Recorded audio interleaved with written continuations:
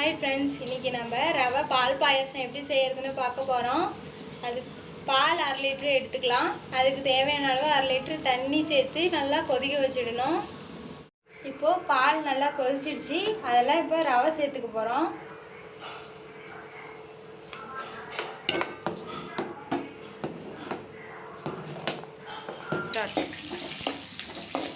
நெய்யில் முந்திரி திராட்சை எல்லாம் வறுத்து எடுத்துக்கலாம். இப்போது ஏலக்காயும் சர்க்கரையும் பொடி பண்ணி வச்சுருக்கோம், அதை சேர்த்துக்கலாம்.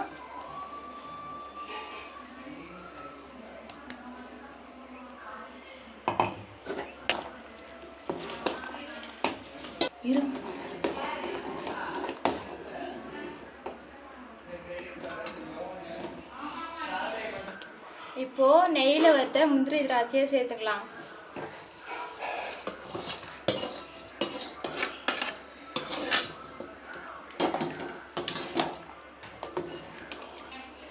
இப்போது நல்லா கொதிச்சிடுச்சு.